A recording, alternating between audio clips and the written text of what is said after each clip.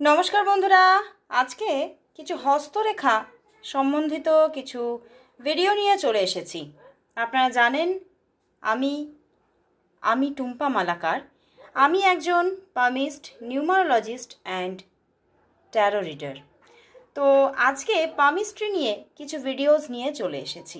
আজকে জানবো জব কবে পাবেন। এটি একটি সব সময় আমাদের একটা একটা সাধারণ একটা সবার জেনারেল একটা আমাদের কোয়ারিজ থাকে যে আমি জব কবে পাবো, বা আমার জব কবে, কোন বয়সে গিয়ে আমার একটা পার্মানেন্ট জব আসবে। তো সেই মতোই আজকে জব রিলেটেড একটি ভিডিও নিয়ে, পামিস্ট্রি সম্পর্কিত ভিডিও নিয়ে চলে এসেছি। তো দেখতেই পাচ্ছ এটা একটা পাম এঁকেছি, হয়তো খুব সুন্দর আঁকতে পারিনি, তো সেটা তোমরা ইগনোর করো। অনেকেই সেই নিয়েও হয়তো মন্তব্য করবে, বাট কেউ করো না, কারণ যেটি আমি আসলে বলতে এসেছি সেটির উপরে ফোকাস করাটাই উচিত। তো আমরা কিন্তু হস্তরেখার মাধ্যমে কিন্তু সম্পূর্ণভাবে আমরা বয়সকে কিন্তু নির্ধারণ করতে পারি। আয়ুরেখার মাধ্যমে, ভাগ্যরেখার মাধ্যমে বিভিন্নভাবে কিন্তু আয়ু নির্ধারিত হয়, এবং সেইভাবেই আমরা জানতে পারি যে কোন বয়সে গিয়ে আমাদের একটি পার্মানেন্ট জব আসতে চলেছে। তো দেখতে পাচ্ছ এটি একটি পাম, এবং তার প্রতিটি জায়গায় কিন্তু এক একটি আমাদের নবগ্রহের কিন্তু অবস্থান আছে।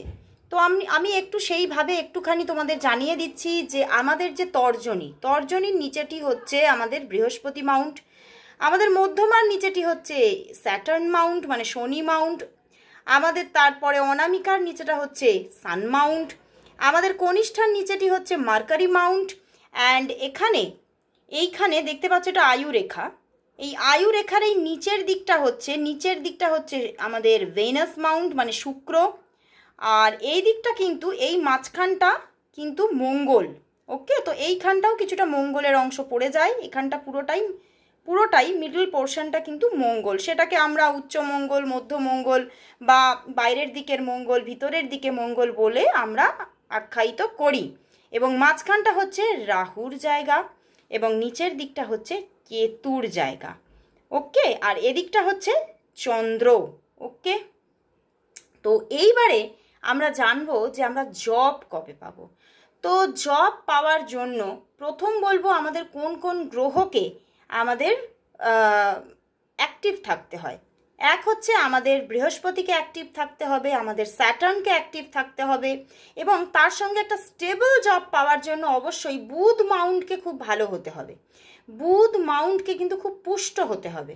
ওকে, তো এইবারে দেখবো জব আমাদের কোন রেখা দ্বারা আমরা বুঝতে পারছি। দেখো এটি হচ্ছে আমাদের আয়ু রেখা, এবং আয়ু রেখার ভিতরের দিক থেকে একটি রেখা যখন দাঁড়াও এইভাবে অনেক রেখা বেরোয়, বুঝতে পেরেছো? তোমরা দেখতে পাও যে এইভাবে তোমাদের অনেক রেখা আছে, এইভাবে এইভাবে এইভাবে অনেক রেখা থাকে, তাই না? তোমরা দেখতে পাও না? কিন্তু দেখবে কোনো রেখা গিয়ে এইটা যে ভাগ্যরেখায় টাচ করেছে, বুঝতে পেরেছো? ভাগ্যরেখায় গিয়ে টাচ করেছে, বা ধরো এখান থেকেই কোনো রেখা গিয়ে এইভাবে ভাগ্যরেখায় টাচ করেছে, বা কোনো রেখা আবার বেরিয়ে টাচ করেনি। তো কোন রেখাটিতে তাহলে আমাদের জব হবে?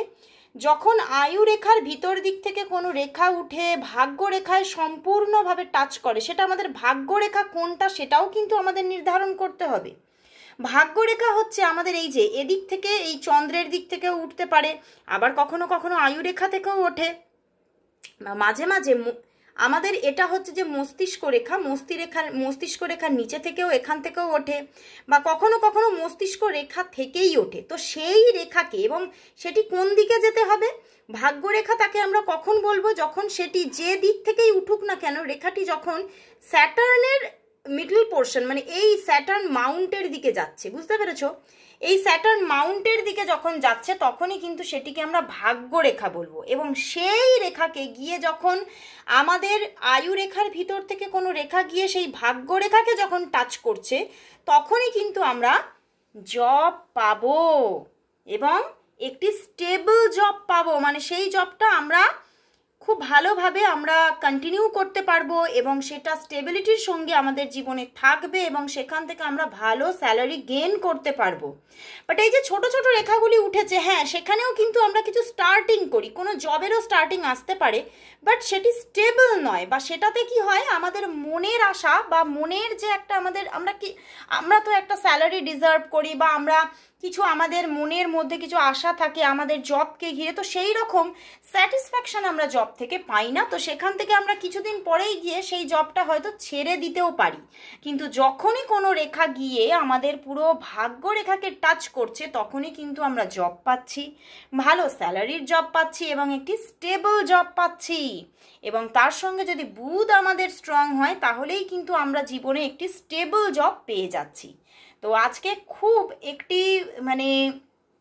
ইম্পর্টেন্ট ভিডিও নিয়ে এসেছি। তোমরা অবশ্যই সবারই কোয়ারিজ থাকে, জব কবে পাবো, কেরিয়ার কেমন থাকবে। তো আজকের ভিডিও থেকে অনেকটাই তোমরা তোমাদের জব নিয়ে ক্ল্যারিফিকেশন পাবে, নিজেদের হাত নিজেরাও এইভাবে তোমরা কিছুটা দেখতে পারবে। আর যদি সেইভাবে তোমরা বুঝতে না পারো, কারণ অবশ্যই একটু সূক্ষ্ম দৃষ্টির মাধ্যমে দেখতে হয় সেটি, তাহলে তোমরা আমার কাছ থেকে যদি পামিস্ট্রি রিডিং নিতে চাও বা পাম রিডিং নিতে চাও, তাহলে তোমরা আমার সঙ্গে যোগাযোগ করতে পারো। আমার হোয়াটসঅ্যাপ নাম্বার আমার পেজে সবসময় থাকে, এবং যারা আমাকে ইউটিউব চ্যানেলে দেখছো সেখানেও কিন্তু ডেসক্রিপশন বক্সে আমার হোয়াটসঅ্যাপ নাম্বার সব সময় থাকে। তো তোমরা যারা যারা হস্তরেখা বিচার করতে চাইছো, তারা অবশ্যই আমার ডেসক্রিপশন বক্সে যোগাযোগ করো, ডেসক্রিপশন বক্সে থাকা হোয়াটসঅ্যাপ নাম্বারে যোগাযোগ করো।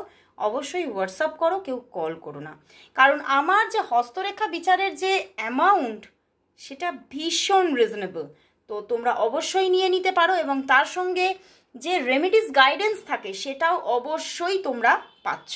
তো যারা যারা যোগাযোগ করতে চাইছো অবশ্যই ঝটপট যোগাযোগ করে নিও।